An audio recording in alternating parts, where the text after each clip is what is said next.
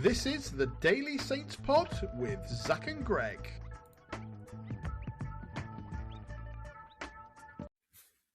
Hello and welcome back to the Daily Saints Pod. My name is Greg, and as always today joined by my good friend and wonderful co-host, Zach.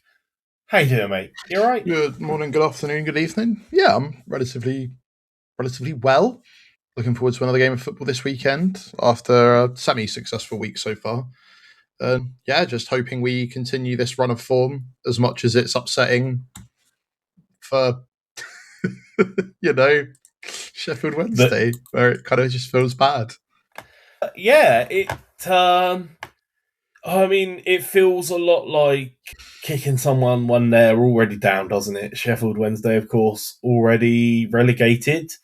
Unfortunately, by the timing of the fixtures, relegated by their rivals, Sheffield United, last weekend, which is just, not great. Not great situation for them, for the club. We've kind of loosely followed it all season, mate, and it's... we have.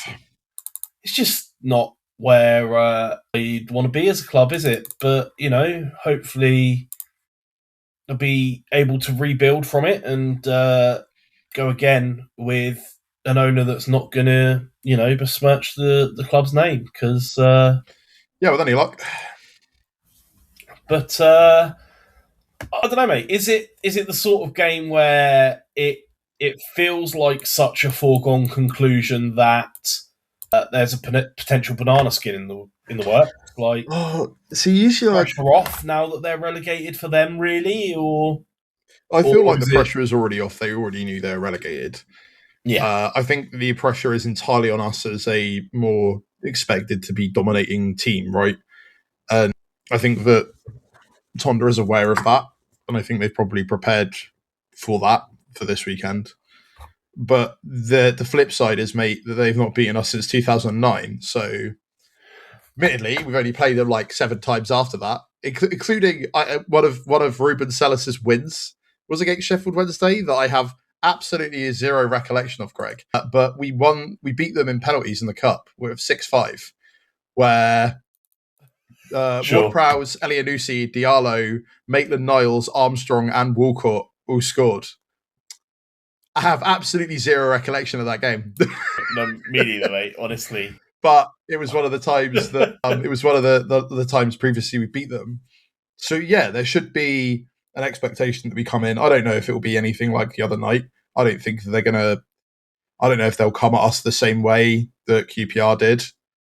But I think there is an expectation that we should be winning the game. And probably comfortably, right? Yeah. As upsetting as that is to point out, like they've lost some of the players that they've wanted to stay with them forever to try and recoup their losses. They've now had their priority buyer back out, so yeah, it's just difficult. It's not great. You don't really want to see it, and it's really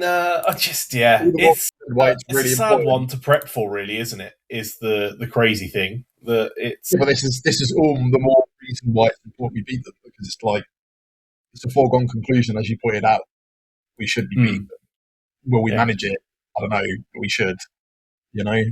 A good opportunity though to carry on the momentum, right? 7 games in the league, unbeaten, 8 games in all competitions. We seem to have found our feet and found our shooting boots, and it all seems to be going well. So, the fact that there's a bit of a gap, right, between this game and the next, or at least a big gap until we're next at home. I think but it's not a Tuesday night game next week, is it? It's mate, it is so hard. Saturday to Saturday. Doesn't seem to be.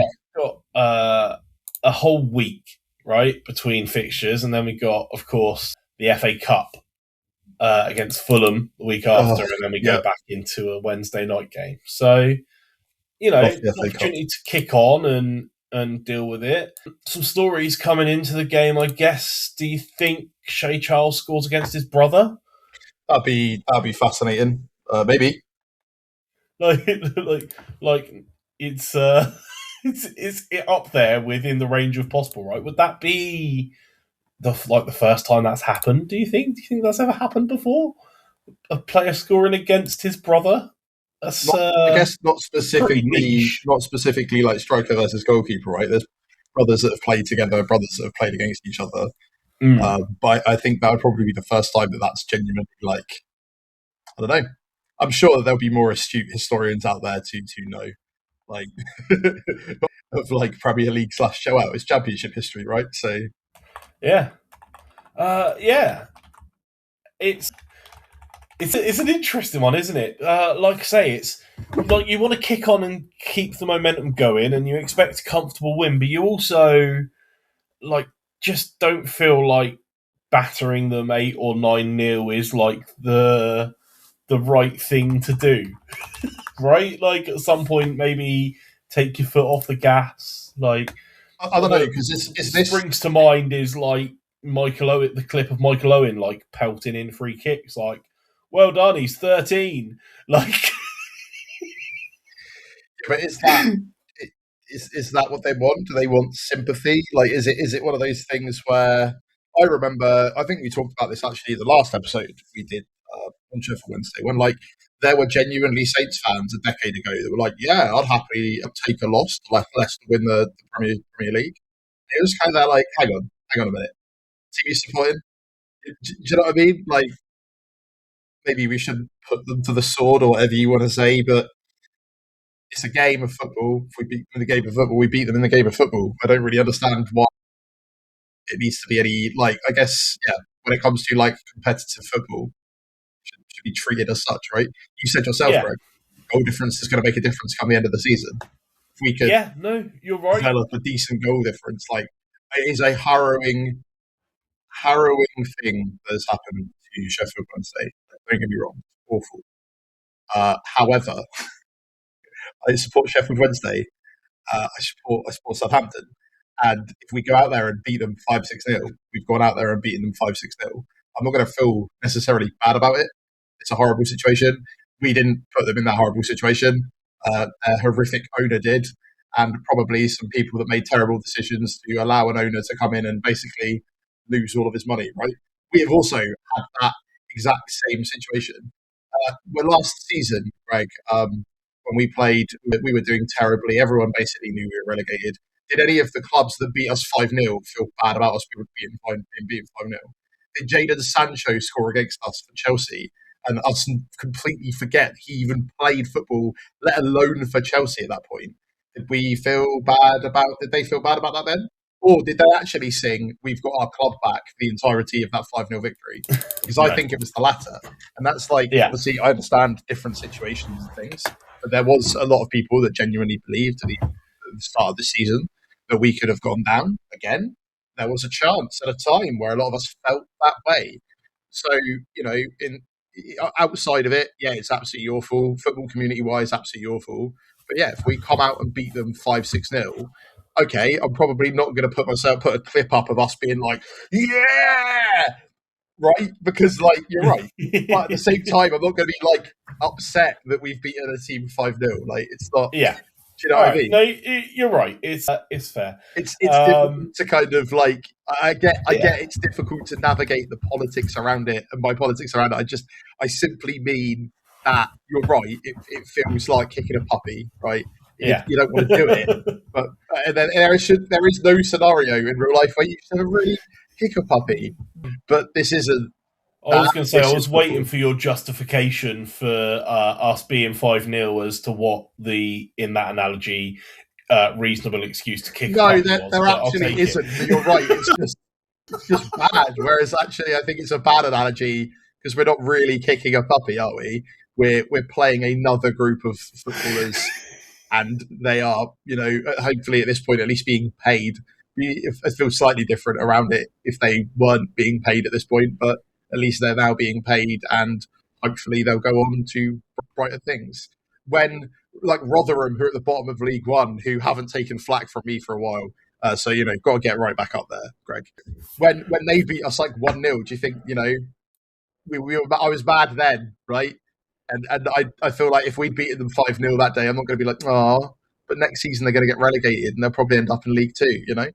I just, yeah, don't know where my point's gone. Completely lost it, as you That's can all right, probably mate. tell. But my point is, you got I to do what you think got we to should do. be able to enjoy a win regardless of if it's against an opponent that is struggling due to You're right. You got situations to do what outside we their got to control. do. If promotion is still the target, which you've got to presume it is now that we are all the way up to the sky highs of seventh, goal difference might be important. And so if that means going hell for leather and put in an embarrassing amount past them, then I guess so be it. But yeah, you're right. No one's gonna be like jumping over the moon like, oh, we got 10. It is what it is. It's not like. And to be fair, they've put in some good fights all season, and they've struggled as well. Not only because of the whole relegation thing and the points deduction thing, but on top of that, as I said, a lot of their like better players, like even our like former Jan Valerie's left them, and again, it's because like guaranteed money elsewhere. Trying, it's not really avoiding a sinking ship. It's like finding employment at a safe employment place, right? I guess is the other thing. So yeah, it's just there's a lot of factors at play there. But and not just that, right? If we win.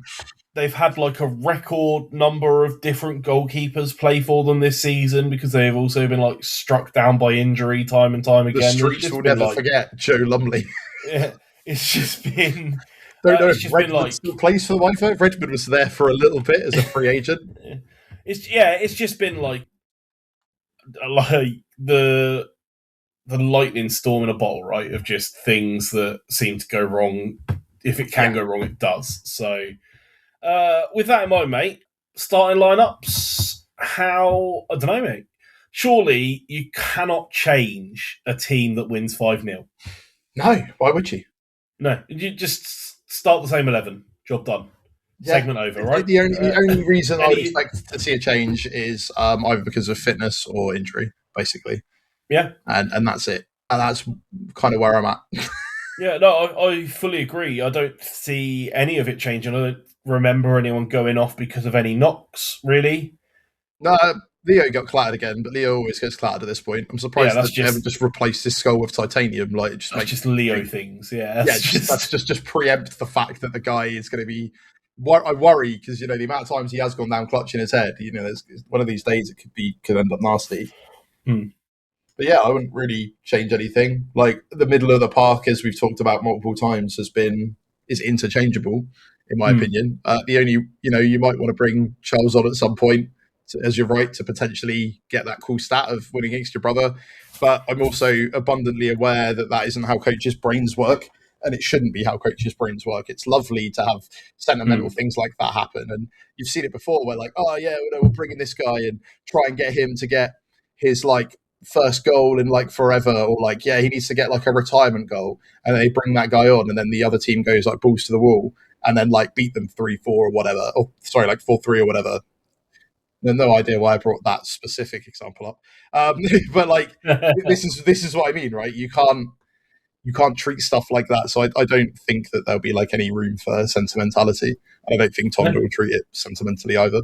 So I wouldn't really change it, to be honest. You're right. I have been doing some research in the background, mate, and I believe there are 6 times in English and international football that brothers have played against each other, but in all of those occasions they were both outfield players. So. Yeah, I was going to say, like, that's going to be like, right, I don't know, maybe Sean Wright-Phillips versus Bradley Wright-Phillips when he played for us.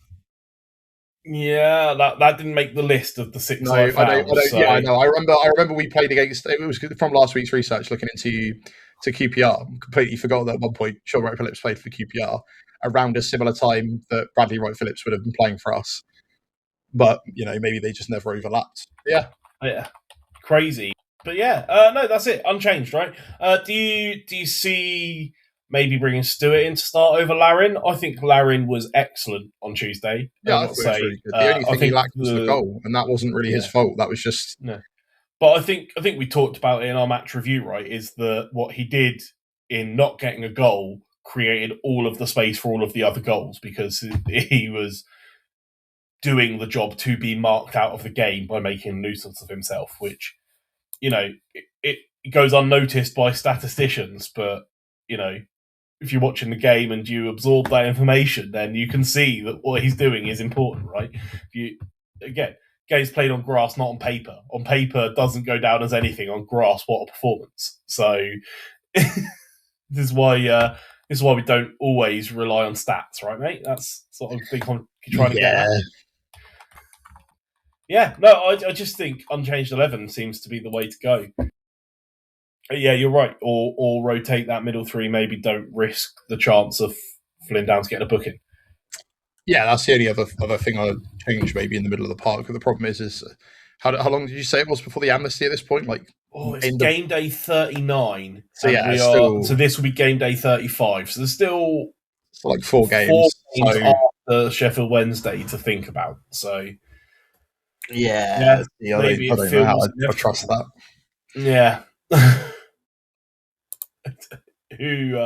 I don't know, mate. I feel like unchanged is the way to go. I feel like you're going to start bringing into question your ability to not tinker if you have a performance like that in the week and then change things up too drastically.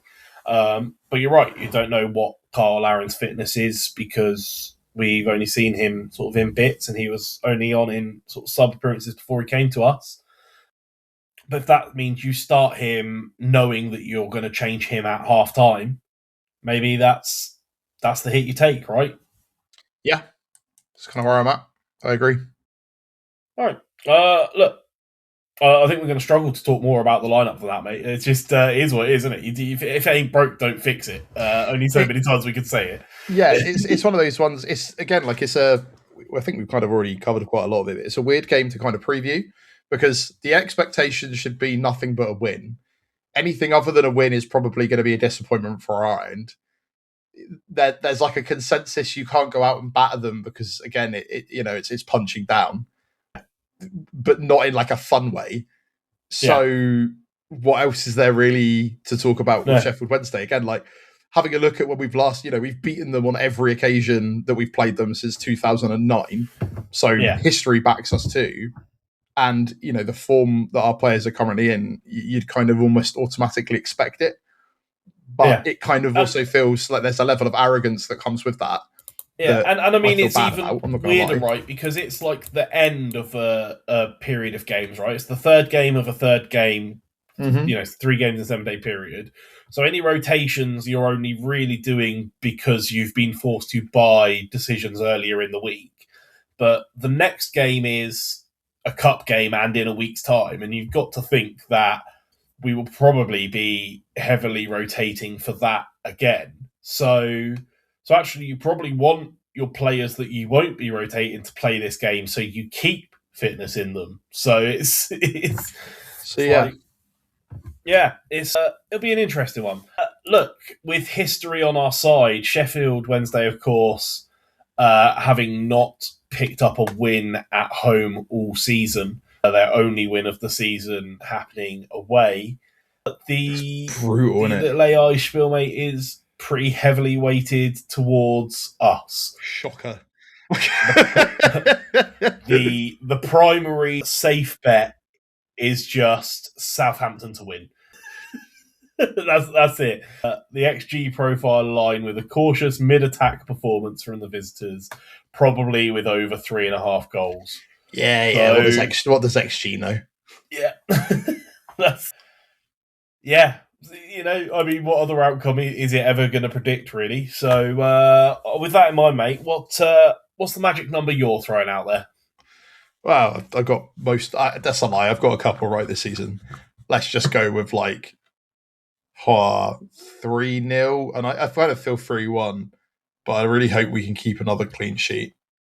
But Peretz loves a clean sheet, man. He's obsessed with them. Did you see that video of the club where they asked him what his favourite goal was from the win, and he said the one when we didn't concede any? Yes, I did see that, and that's good. It's nice to have a keeper that is so focused on that. Not that all of our other keepers haven't been as focused. It's just they're not very good at doing it. But yeah, no, a 3-0. I'd love Larin to get a goal. I'd love Stewart to get another goal. I'd also love Matsky to get another goal as well, just to keep it going, keep his keep his momentum flowing, and again, make that competition for that space between him and fellows, tighter. Make them really have to play well to get into that position and dislodge one another, which means again only creating more chances and more goals for the team. So yeah, that's mine. What about you? It's look, they've. I've been looking at the scores of the recent form, and obviously they've been losing, but it's been tight. It's been 2-0s, 2-1s. They did get beat 4-0 by Swansea. But other than that, it's all been 1 or 2 goals. So I don't know. I'm thinking, I think I'm just going to agree with you, mate. I think 3-0 it feels like the right answer. It might be the first time we've ever predicted the same outcome, but just about 3-0 just feels like the right amount, doesn't it? Like it's enough. We're going to have shown grit and performance to push on and get those goals, but not like I could potentially see the score going to 5, 6, or 7, but I don't want to sit here and predict it and then it be 1-0 because we just kind of barely scrape it across the line, right? It is possible, but also 3-0 feels a lot more like a likely outcome. Yeah, well, the last time we beat them, it was 3-1, right? So they did manage to peg us back, but hopefully this time, not the case. And then we can go. I think looking at the league leaders when they last played them, mate, in October, they beat them 5-0. So yeah, 3-0 kind of works. I think that's suitable for both of us, right? Yeah, absolutely. Yeah, honestly, any amount of goals and a clean sheet, and I'm happy. Even if it's 1-0 and we pepper them with 99 shots and none of them go in, it's still a win and a clean sheet, isn't it? So it kind of is what it is. But yeah, another game to look forward to and watch. And it's part of the joy of the championship. They just keep coming, don't they? But listen, that is all that we have got time for today. Zach, thank you so much for joining me as always, and thank you everyone for listening. Let us know your thoughts, your score predictions, and how you are feeling heading into this weekend on the socials, in the comments. We are Daily Saints Pod, absolutely everywhere. TikTok, Facebook, Instagram, X, Blue Sky, YouTube, everywhere. Hit us up. Let us know. We love hearing from you. It genuinely makes our day reading through your comments. We will be back after the game to talk about what happened, however it falls. And I cannot wait to do so. But until then, Saints fans, have a wonderful weekend. And come on, you Saints! This is the Daily Saints Pod with Zach and Greg.